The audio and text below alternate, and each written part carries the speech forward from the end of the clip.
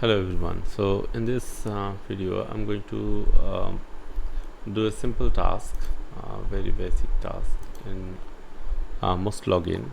I have seen a feature where when we create the profile first time through this quick create, you see a folder option where the default folders are there.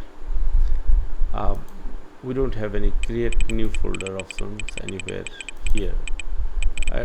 If you go to next tab folder, here the add button is there, so you can add more into the list. So these are the three existing default option for folder: e-commerce, social media, and coin list. Here you can add more. For example, your testing specific, for example Amazon plugin or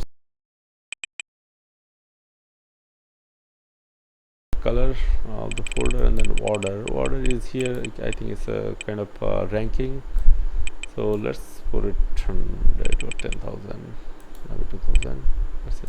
Confirm. Select a folder color and then confirm. So here I got another folder, Amazon plugin. Or even I can add, for example, okay, I have a problem with my G button.